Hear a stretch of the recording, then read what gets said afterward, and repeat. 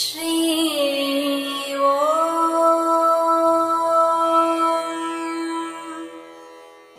ஸ்ரீ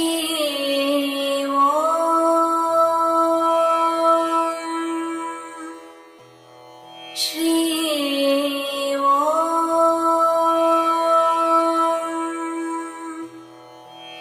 ஸ்ரீ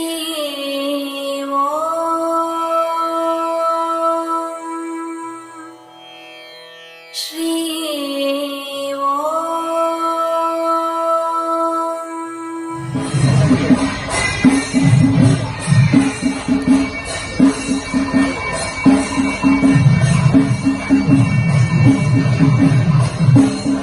வணங்கும் அன்னையும் தேவி பரிபூர்ண அருளும் உங்கள் அனைவருக்கும் கிடைக்கட்டும். இவ்வளவு நேரம் ஒருத்தர் மலையாளத்தில் பேசுங்க, நான் தமிழ்ல பேசுறேன், பரவாயில்லையா? ஒரு 2 minutes. இப்ப நீங்க ஒரு பேசுறது எல்லாம் நம்ம கேட்டோம். இந்து மதத்தோட பிரச்சனைகள் என்ன, நம்மளுடைய பிரச்சனைகள் என்ன, நமக்கு ரொம்ப ஈஸியான ஒரு விஷயம். எங்க சாமி எப்பவுமே அவங்க சொல்றாரு என்னன்னாக்கா, இந்து மதம் மாதிரி ஒரு பிளெக்சிபிளான ரிலீஜன் உலகத்தில் எதுவுமே கிடையாதுன்றார். இப்ப நம்ம எல்லாருக்குமே நமக்கு எது பிடிச்சதோ அதை மட்டும் தான் நம்ம பண்ணுவோம், அதுக்கு மேல நம்ம ஒன்றும் பண்றது இல்லை. அப்ப எது எனக்கு பிடிக்கும்னா, எந்த இறைவன் உனக்கு பிடிச்சிருக்கோ அந்த இறைவனை நீ வழிபடக்கூடிய ஒரு ஈஸியான வழியை இந்து மதம் நமக்கு எல்லாரும் கொடுத்திருக்கு. இப்ப நான் வரும்போது என்னுடைய ஆசிரமத்துல 7 நாட்கள் மகாவிஷ்ணுவை பூஜையை முடிச்சுட்டு வந்திருக்கேன். எனக்கு நம்ம சாமிஜி, திரிசூல சாமிஜின்னு கூப்பிடுவேன். அவர் என்னை இந்த விழாக்கு அழைக்கும் பொழுது எனக்கு தெரியாது எந்த ஆலயம்னு.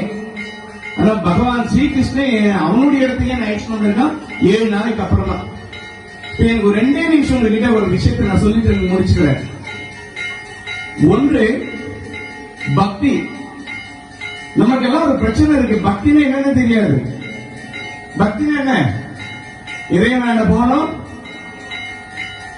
கையெழுத்து கும்பிடுறதா இல்ல. ஸ்ரீ கிருஷ்ணன் பாத்தீங்கன்னா ஒரு விஷயத்தை நமக்கு கொடுத்திருக்காரு. என்ன கொடுத்திருக்காரு? பகவான் குழந்தையா இருக்கார், நமக்கு கூட நண்பனா இருப்பான்.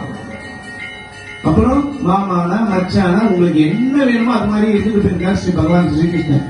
அப்படின்னா என்ன அர்த்தம்? பகவான் நமக்கு எப்படி வேண்டுமானாலும் இருப்பார். நம்மளுடைய கிட்ட இருந்து என்ன வேணும்? அன்பு. பகவானை என் குழந்தையா பார்க்கணும்னு நினைச்சீங்கன்னா நீங்க பார்க்கலாம், என் நண்பனா நான் பார்க்கணும்னு பார்க்கலாம். அதான் இந்து மதத்தோட விசேஷம். இதை நம்ம முதல்ல புரிஞ்சுக்கணும். அப்படின்னா என்ன வேண்டும்? இறைவனிடம் பக்தி வேண்டும் என்றால் அன்பு வேண்டும். அன்பு இல்லாத பக்தி வீண் வீண் வீண். அன்புதான் முக்கியம். பகவானுக்கு பகவான் இந்தா சாப்பிடு, இந்த எடுத்துக்கோ அப்படின்னு நம்ம தூரம் இருந்து கொடுக்கிறது அல்ல. என் இறைவன் நண்பனாக இருந்தால் நான் கொடுக்கின்ற உணவை என் சாப்பிடுவான் என் நம்பிக்கை, அன்பு. அந்த அன்போட என் பகவானை குழந்தை மாதிரி நான் கொஞ்சிறேனுங்க, இந்த பகவான் உங்க கூட இருப்பான். பகவானை தள்ளி வைக்கிறது இல்ல பக்தி. பகவானிட அன்பு காட்டுவதுதான் பக்தி. இது ஒரு விஷயம். இரண்டாவது ஒரு விஷயம், பிரார்த்தனை. நம்ம பகவான் அம்பலத்துக்கு எதுக்காக போறோம்? பகவானே எனக்கு இந்த கஷ்டம் இருக்கு, இதை கொடு அதை கொடுன்னு கேட்கறதுக்கு மட்டும்தான் நம்ம போறோம். பகவான் கேளுங்க, நான் வேண்டாம்னு சொல்றது இல்ல. பிரார்த்தனை தாராளமா செய்யுங்க. ஆனா ஒரு விஷயத்தை நீங்க மனசுல வச்சுங்க, பகவான் நமக்கு தாயாக தந்தையாக இருக்கக்கூடியதுதான் பகவான். நாம் கேட்பது அனைத்தையும் நம் தாயும் தந்தையும் கொடுப்பாங்க. இந்த காலத்து அம்மா அப்பா கொடுப்பாங்க.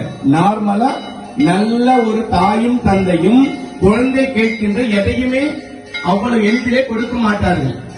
இப்ப ஒரு குழந்தைக்கு ஐஸ்கிரீம் சாப்பிட்ட உடனே ஜலதோஷம் பிடிக்கும், உடம்புக்கு ஆகாதுன்னா அந்த குழந்தைக்கு தாயும் தந்தையும் ஐஸ்கிரீம் வாங்கி கொடுப்பாங்களா? கொடுக்க மாட்டாங்க.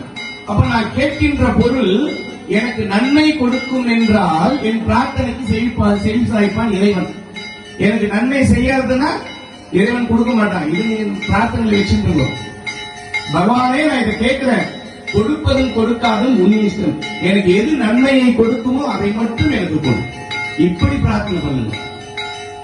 அடுத்தது முடிச்சுக்கிறேன், சரணாகதி. பகவானை நாளையிலிருந்து கேட்பீங்க, ஸ்ரீகிருஷ்ணனை பத்தி பேசும்போதெல்லாம் சரணாகதி சரணாகதி சரணாகதி. என்ன சரணாகதி? நான் செய்கின்ற செயல் என்னுடைய அல்ல, பகவானே அனைத்தும் உன் செயல். ஏன் இது சரணாகதி அவ்வளவு விசேஷமா சொல்றாங்க?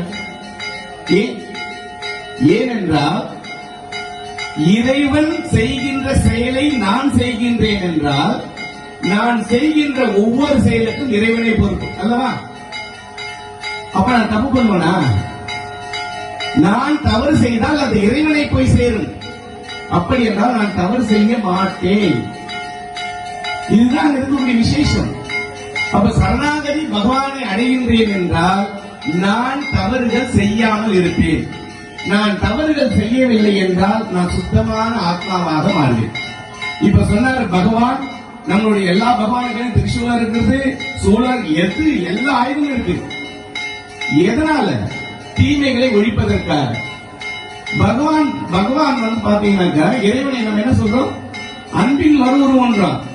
அப்ப அன்பின் உருவமான இறைவன் ஏன் ஆயுதத்தை வைத்திருக்கிறான்? தீமைகளை கொல்வதற்காக. தேவி பகவதம், தேவி என்ன பண்றா? ஒவ்வொரு அசுரனா வதம் பண்றா. எங்க சாமி சொல்றாரு, ஏய் ஒரு அவ்வளவு அன்புக்குரிய அன்பான ஒரு தேவதையாகப்பட்டவள் கொல்வாளா?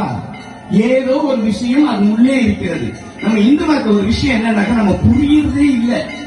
ஒண்ணு புரியாதது நம் தவறா இல்ல குருமார்களின் தவறா எனக்கே புரியல. சொல்லிக் கொடுக்க வேண்டியது அவர்களுடைய பொருள். அப்ப இந்த இடத்துல என்னென்ன எங்க சாமி சொல்றார்? தேவி மார்க்கை படிச்சா முக்கிய மோட்சம். ஆனா முக்கிய மோட்சம் கிடைக்காது. ஏன்? புரிந்து படிப்பது இல்லை.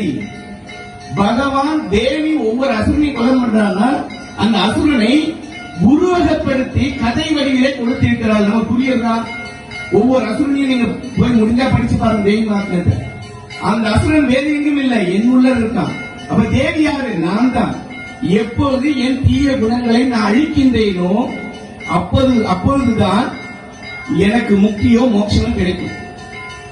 சரி, அவனுக்கு என்ன வேணும்? ஞானம் வேணும். ஞானம் என்னம்மா?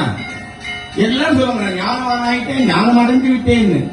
உண்மையில அடைஞ்சிருப்பாங்கன்னு பார்த்தா அபூர்வம் தான். ஏன்னா ஞானம் என்ன தெரியுமா? நான் வணங்கும் இறைவனை ஒவ்வொரு உயிரிலும் பார்க்கக்கூடிய தன்மை. அப்படின்னா என்ன அர்த்தம்? நான் அன்புக்குரியவனாக மாறிவிடுவேன். எப்பொழுது நம்ம இடத்துல தூய்மையும் அன்பும் நான் சொன்ன மாதிரி பிரார்த்தனையும் உண்மையான பக்தியும் அன்புடன் கூடிய பக்தியும் இருக்கின்றதோ அந்த இடத்தில் இறைவன் வாசம் செய்வான். அந்த இறைவன் எங்க இருக்கா? என் உள்ள இருக்க. அந்த பகவான் இருக்கா. எல்லாரும் நீக்கமழை எங்கிருந்தாலும் எல்லாருக்கும் நீக்கமழை இருந்திருக்கிறான். நம்ம கிட்ட ஒரு பிரச்சனை என்னன்னா சைவம் வைஷ்ணவத்துக்கு சண்டை. இப்ப நம்ம சொன்ன மத்த மதத்துக்கு இல்ல, நமக்குள்ளதே சண்டை இருக்கு.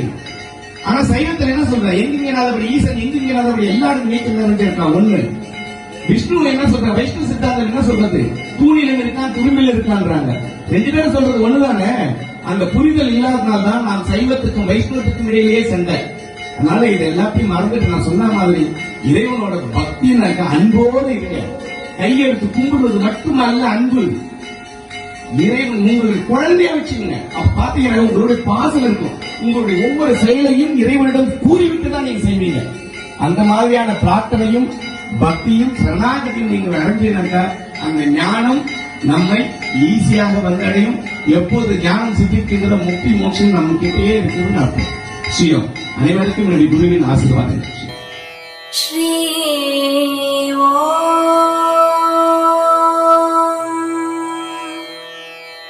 ஸ்ரீ